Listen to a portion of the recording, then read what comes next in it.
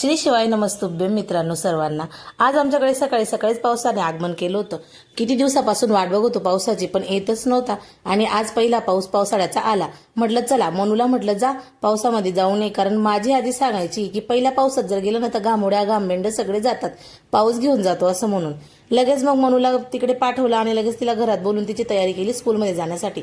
त्याच्यासोबत आपली घरातली रोजची कामं वाटच बघतात म्हणून लगेच गॅस पुसायला घेतला, भांडे घासायला घेतले, भांडे धुवून घेतले। भांडे पण मला बोलत होते ये बाई आणि घास मला असं, आणि लगेच कपडे सुद्धा मला आवाज देत होते। त्याच्यानंतर आज एवढे कपडे होते ना, म्हटलं चला हातानेच धुवायचे। मशीन आहे पण मशीनमध्ये काही कपडे निघत नाही। त्याच्यानंतर लगेच कपडे सुद्धा टाकून घेतले।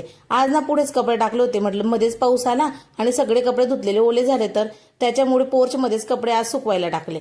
आणि लगेच म्हटलं चला आता एवढी भूक लागली होती ना जोराची, त्याच्यामुळे तिकडनं कपडे टाकल्याने कपडे टाकल्यानंतर लगेच हॉल सुद्धा आवरून घेतला। सकाळचा हॉल तसाच पडलेला होता मनू आणि मनूचे पप्पा गेल्यानंतर, आणि लगेच मग जेवण करायला घेतलं। आज बनवले होते बटाट्याचे पराठे। बटाट्याचे पराठे म्हणजे आज मी बटाटा किसून पराठा बनवला होता, त्याच्यासोबत मस्त तीळची चटणी, नागलीचा पापड आणि भाजून घेतला आणि कांदा सुद्धा घेतला आणि मग बसले जेवायला आणि आले मग हॉलमध्ये। म्हटलं चला आता जेवण करतोय तर मग प्रेमानंद महाराजांचं प्रवचन सुद्धा जेवण करता करता ऐकून घेऊ। हाच वेळ असतो निवांत काहीतरी ऐकून घेण्याचा, बघून घेण्याचा। त्याच्यानंतर मग काही दिवसभर आपली कामं, नंतर मग भरपूर कामं असतात। त्याच्यानंतर प्रेमानंद महाराजांचं प्रवचन सुद्धा ऐकलं आणि मस्त जेवण करत बसली।